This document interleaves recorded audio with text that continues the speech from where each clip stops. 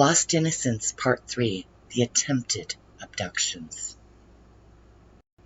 Let's begin this video by going over the actual abductions in order of occurrence before delving into the attempted abductions. First abduction was Johnny Gosch. He disappeared September 5th, 1982. Followed by Eugene Martin, who disappeared August 12th, 1984, and subsequently followed by Mark Allen, who disappeared March 29, 1986.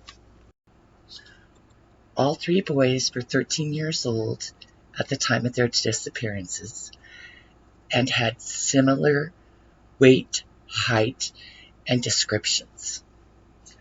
Two of the boys, Johnny and Eugene, were both newspaper carriers for the Des Moines Register and disappeared on Sunday mornings, early a.m., whereas Mark disappeared in the evening.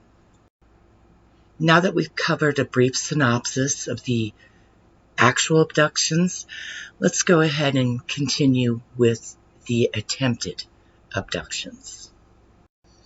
4 months after Mark Allen disappears, the first attempt begins.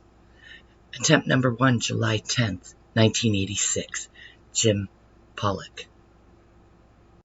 15-year-old Jim Pollock, another newspaper carrier for the Des Moines Register, reported that a man in a camouflage poncho tried to grab him while he was delivering papers, and he managed to get away, run home, and call police.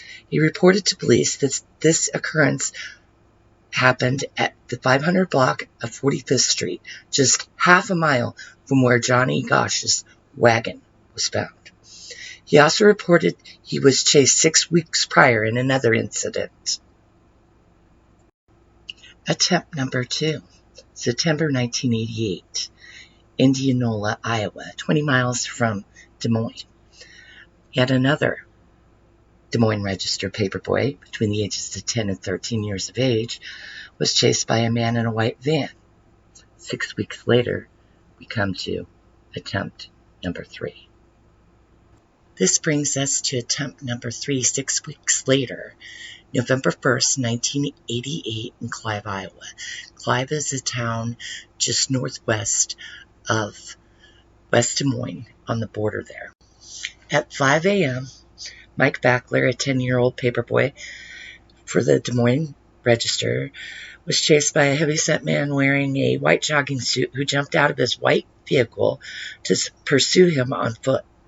2 miles from Johnny Gosch's home and 8 miles from Eugene Martin's disappearance. Mike said he dropped his bag and ran screaming to a neighbor's home, where the homeowner pulled him inside, called the police. The police arrived at 5:15 a.m. to take Mike's report. The next attempt number 4, is July 15th, 1989. 1989, an 11-year-old paperboy noticed a white vehicle following him while delivering his papers. He said the vehicle was very noticeable because it was going the wrong way down a one-way street, whereas a man immediately got out of the vehicle and began pursuing the boy on foot while screaming profanities and threatening to stab him if he refused to get in the vehicle. The man caught the boy by the sweatshirt, but he wiggled out of it and ran to a neighbor's home. The description the boy gave the police was of a man with salt and pepper hair, in his 40s, approximately 6'2", driving a large white car with a red vinyl top. This brings us to our 5th and final attempt that I could find. September 14th, 1989, Melissa Gale. At approximately 6:20 a.m. at the 3500 block of Fleur Drive, Melissa Gale, an 11-year-old paper carrier for the Des Moines Register, was delivering papers when she was approached by an unknown man in a blue car that pulled up to her and demanded that she get in the car. She turned around and ran to her nearby father, who was helping her deliver papers. The description Melissa gave the police was that of a white male in his late 20s to early 30s with large eyes and a large nose. She said he had a mole under his right eye, and he was driving a small, dark, possibly Chevy Chevette, and had a beige blanket in the back seat. This brings us to our final article. July 15, 1989, the Des Moines Register reported that DCI suspected that Johnny Gotch and Eugene Martin's cases were connected to the Indianola attempted abductions.